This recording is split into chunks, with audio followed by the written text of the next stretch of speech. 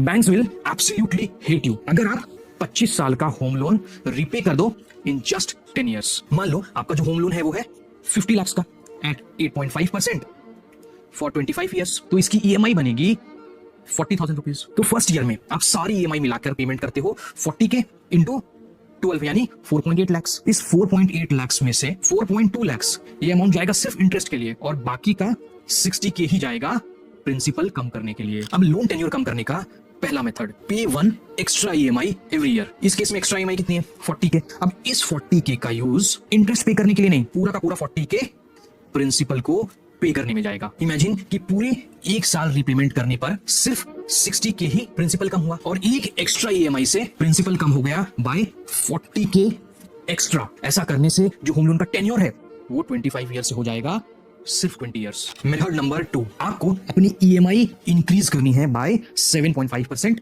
Every year, जिससे आपका home loan का टेन्योर हो जाएगा 25 ईयर्स से सिर्फ 12 ईयर्स। तीसरा मेथड है, आप मेथड 1 और मेथड 2 को कंबाइन कर दो, यानी कि 1 extra EMI plus increase the EMI by 7.5% every year. इससे 25 ईयर्स का लोन 10 ईयर्स में खत्म हो जाएगा। Please send this to someone you care about.